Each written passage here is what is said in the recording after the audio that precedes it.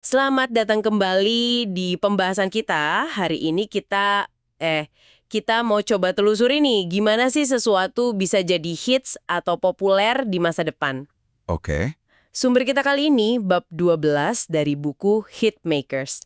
Nah, di bab ini ada dua model utama yang dibahas. Kekaisaran yang gede banget kayak Disney sama BuzzFeed gitu versus negara kota. Negara kota. Iya, yang lebih kecil, lebih intim. Contohnya musisi Ryan Leslie. Jadi misi kita nih pengen ngerti gimana dua strategi yang kelihatannya beda banget ini membentuk apa yang kita tonton, kita dengar. Ya pokoknya yang kita anggap populer lah sekarang. Mari kita bedah bareng-bareng. Tentu, tentu. Landscape media sekarang ini kan udah berubah banget ya. Dulu itu jangkauannya terbatas banget. Ya dibatasi tembok museum lah, gelombang radio, jadwal TV. Iya, betul. Sekarang, wah konten tuh banjir banget. Apalagi lewat AP di tangan kita ini kan. Nah ini bikin ada dua kekuatan menarik nih gitu. Di satu sisi, ada kekaisaran media global. Rasanya ada di mana-mana. Kayaknya nggak bisa dihindari ya. Iya, mendominasi perhatian kita banget. Tapi di sisi lain nih, muncul juga yang namanya negara kota. Ini para kreator independen, pinter banget mereka bangun hubungan yang, wah deket banget sama audiens spesifik mereka. Langsung gitu ya hubungannya. Langsung, seringnya malah nggak perlu perantara raksasa lagi. Nanti kita lihat deh gimana Empire sama City State ini bukan cuma soal model bisnis, tapi secara pandang beda soal sukses itu sendiri. Oke. Kita mulai dari yang klasik dulu kali ya. Fondasi kekaisaran. Disney sama gimana mereka bikin Mickey Mouse itu jadi wah fenomena global ya di tahun 1930-an. Ini bener-bener kayak cetak biru gitu ya. Betul sekali. Dan kunci suksesnya itu ada di satu orang, namanya Kay Kamen. Konsepnya revolusioner banget waktu itu. Total merchandising. Total merchandising. Iya, dia sadar kalau potensi Mickey itu jauh lebih besar dari sekedar di film aja. Hasilnya, yaitu tadi, tahun 1935, kayak yang ditulis Cleveland Plain Dealer, anak kecil tuh bisa hidup dikelilingi Mickey terus. Dari bangun tidur, Sampai tidur lagi ya. Gila sih. Kebayang itu, kertas dinding, lampu, jam weker. Apalagi tadi, sabun, sikat gigi. betul, semua ada. Kayaknya nggak ada barang yang kelewatan ya. Disney kayak pengen Mickey itu nyatu aja gitu sama hidup kita sehari-hari. Tepat. Dan ini bukan cuma jualan barang loh. Mickey itu sampai jadi simbol budaya yang kompleks banget. Bahkan politis. Oh iya, gimana tuh? Ya, di satu sisi ada sutradara film legendaris Rusia, Sergei Eisenstein. Dia muji Mickey sebagai puncak seni Amerika. Tapi, di sisi lain, Uni Soviet malah nyindir dia sebagai simbol kapitalisme yang pengecut. Gitu. Wah, kontras banget ya. Banget. Bahkan di Jerman Nazi, itu lebih aneh lagi. Ada koran propaganda tahun 1931 ngecam Mickey, dibilang ideal terburuk. Tapi beberapa tahun kemudian, menteri propagandanya si Joseph Goebbels malah ngasih kado 18 film Mickey ke Adolf Hitler buat Natal. Hah? Serius? Iya, ini nunjukin betapa kuatnya pengaruh kekaisaran Disney ini bisa nembus batas ideologi gitu. Gila sih. Terus kalau kita bedah lebih dalam nih, apa sih intinya strategi kekaisaran ala Disney ini? Intinya itu bisa kita sebut fantasi yang diindustrialisasi. Jadi Disney itu nggak cuma dorong kontennya ke semua channel ya, film, komik, merchandise, tapi yang penting banget mereka juga narik insight, narik pemahaman dari reaksi pasar di tiap channel itu. Oh, jadi ada feedback loop-nya gitu ya. Persis, iya sih. Kayak mesin umpan balik raksasa. Tujuannya bukan cuma biar ada di mana-mana, tapi bikin mereknya itu meresap banget, sampai kerasa personal dan nggak bisa dihindari sama konsumen. Fantasinya dibikin terukur, bisa diproduksi massal, disebarin seluas mungkin, sambil terus belajar dari respon audiens, gitu. Oke, paham. Nah, sekarang kita loncat ke era digital nih. Gimana kekaisaran model begini berevolusi? Contohnya BuzzFeed kan. Mulai dari website, tapi sekarang rasanya kayak kayak tanaman rambat digital gitu. Ada di mana-mana. Hahaha, iya, analogi yang pas banget itu. Tahun 2016 saja nih, 80% audiens BuzzFeed itu nemuin kontennya di luar website utama mereka. Wow, 80%. Iya, mereka ada di Facebook feed kita, di Snapchat Stories, jadi mitra Apple News, Yahoo, bahkan di app chat kayak WeChat. Buat sebagian orang, ya BuzzFeed itu koran digital. Buat yang lain mungkin acara masak di YouTube. Atau ya sumber kuis iseng aja. Mereka adaptasi jadi apa aja yang dibutuhin platform tempat mereka nongol. Dan kayaknya data itu jadi bensin utama mereka ya, bukan feeling aja. Persis. Banget malah mereka sangat bergantung sama data dan umpan balik real time. Ini mirip konsep OODA loop di militer itu loh. Observe, amati apa yang lagi viral. Orient, pahami konteksnya cepat. Decide, putusin mau bikin konten apa. Terus action, produksi dan sebarin cepat. Jadi muter terus gitu ya siklusnya. Muter terus. Makanya mereka bisa adaptasi cepet banget sama selera audiens yang gonta-ganti terus. Kalau kita bandingin sama Disney tadi ini, apa beda utamanya strategi kekaisaran BuzzFeed ini? Cuma soal kecepatan sama platform digital aja? Lebih dari itu sih. Fokus BuzzFeed kan bukan lagi narik orang ke satu istana atau website mereka, tapi lebih ke distribusi masif, lintas platform. Oh, jadi nyamperin audiens di mana aja gitu ya? Betul, mereka pengen ada dimanapun keramaian digital itu ada. Ini ngingetin sama konsep difusi siaran atau broadcast diffusion-nya Duncan Watts itu. Nyebarin pesan dari satu sumber ke banyak orang barengan, kayak siaran TV dulu, tapi sekarang dioptimalkan buat ekosistem digital. Kontennya ditaruh di semua pompa air digital utama lah istilahnya. Jadi keunggulan utamanya bukan cuma jangkauan luas, tapi Kemampuan buat mencapai semacam kemahatauan global gitu soal selera kolektif. Dan yang penting, bisa bertindak berdasarkan pengetahuan itu dengan cepat banget. Mereka tahu apa yang kita klik, berapa lama kita nonton, apa yang kita share. wah, agak ngeri juga ya kalau dipikir-pikir. Ya, ini ngasih mereka kekuatan bukan cuma buat nebak apa yang kita suka, tapi secara aktif membentuk dan mengarahkan selera kolektif. Dalam skala dan presisi yang belum pernah ada sebelumnya. Semua berdasarkan jejak digital kita.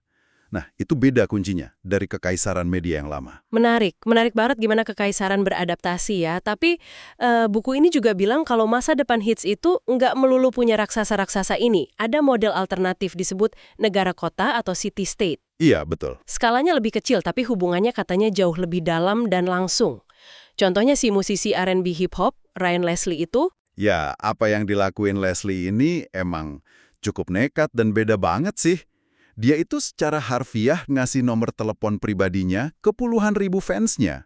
Hah, nomor pribadi. Iya, lewat platform yang dia bikin sendiri, Superphone. Dia bisa SMS-an langsung sama sekitar 16.000 pelanggan berbayar. Dia tahu nama mereka, nomor teleponnya, apa aja yang pernah mereka beli dari dia. Rata-rata nih, fans intinya ini nyumbang sekitar $100 setahun. $100 per orang per tahun? Dan hasilnya gimana secara finansial? Kan katanya luar biasa ya? Banget. Di sumber kita disebutin, tahun 2014 itu, dia cuma keluar biaya SMS sekitar $3.000, tapi masuknya $589.000. Wow, Itu semua tanpa label rekaman, tanpa manajer gede, tanpa tim marketing. Dia bahkan bisa jual pengalaman eksklusif, kayak tiket konser harganya $1.700, atau album edisi terbatas $5.000, langsung ke fansnya. Ini benar-benar ngebalikin model industri musik yang biasa kan? ya gila sih. Terus apa yang bikin model negara kota ini jalan? Kok bisa gitu? Kuncinya itu di hubungan langsung dan nilai tinggi dari audiens yang mungkin lebih kecil, tapi super terlibat. Leslie ini berhasil ngelompatin para penjaga gerbang tradisional. Maksudnya kayak label rekaman, radio gitu ya? Betul, dia bikin apa yang penulis buku ini sebut keanehan yang menguntungkan dalam skala tertentu atau profitably weird at scale. Ini bukan soal jangkauan seluas-luasnya kayak kekaisaran, tapi soal dalamnya koneksi, kedalaman hubungan. Dan si Leslie ini kayaknya sadar banget ya sama kekuatan jaringan personal ini. Dia bilang penting banget punya 5 kontak teratas buat seniman. Betul. Ini nyambung banget sama teori jaringan sosial, termasuk idenya Duncan Watts kalau kualitas koneksi dan pengaruh di lingkaran terdekat itu bisa jadi penentu sukses. Kadang malah lebih penting dari bakat mentah doang. Masuk akal sih.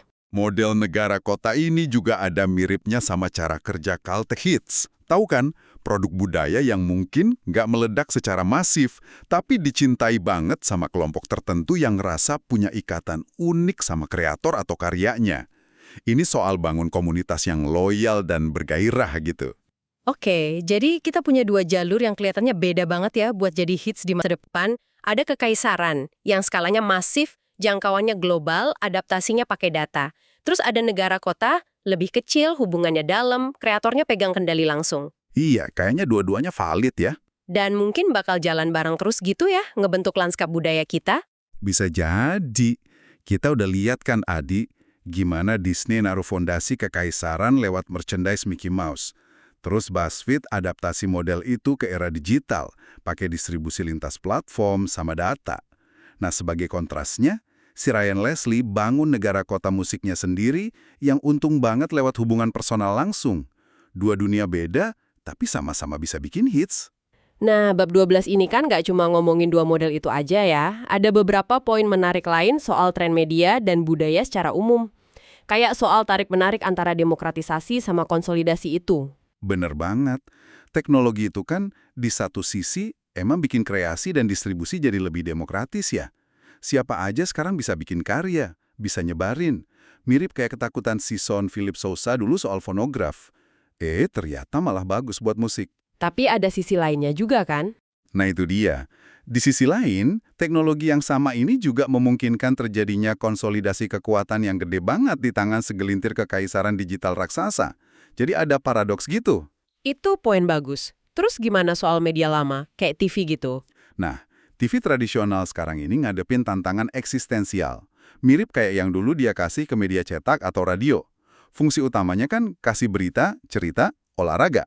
Sekarang banyak diambil alih sama internet, streaming, medsos. Hampir semua platform baru ini, ya dalam bentuk beda-beda, sebenarnya fungsinya kayak televisi baru juga sih. Cuma lebih pecah dan personal aja. Dan soal ketenaran itu sendiri, kayaknya makin cepat ya datang dan perginya. Tepat sekali. Di era medsos mobile yang serba cepat ini, tenar dan kadang jadi jelek namanya, itu bisa meledak dan hilang cepat banget. Andy Warhol dulu ngomong 15 menit ketenaran.